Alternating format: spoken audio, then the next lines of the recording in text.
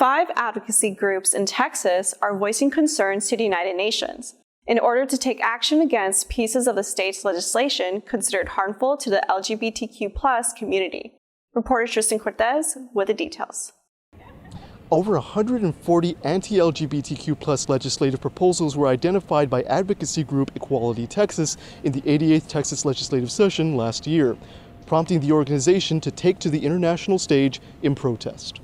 In the letter addressed to the UN, 5 advocacy groups say bills previously entered into the Texas House of Representatives and Senate could negatively impact the LGBTQ+ community.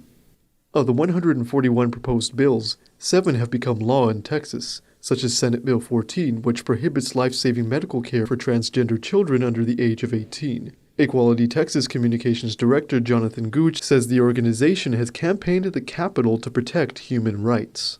People showing up and making their voices heard is making a difference. Unfortunately, the bills that did pass cause a lot of harm, so we have to deal with the consequences of that. I think it's important that our state lawmakers be held accountable for violations of international human rights law.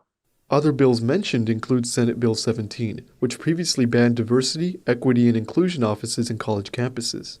According to a news release from the Texas Senate, Senate Bill 17 states the bill would ensure campuses focus on the strength of diversity through individuals' merit.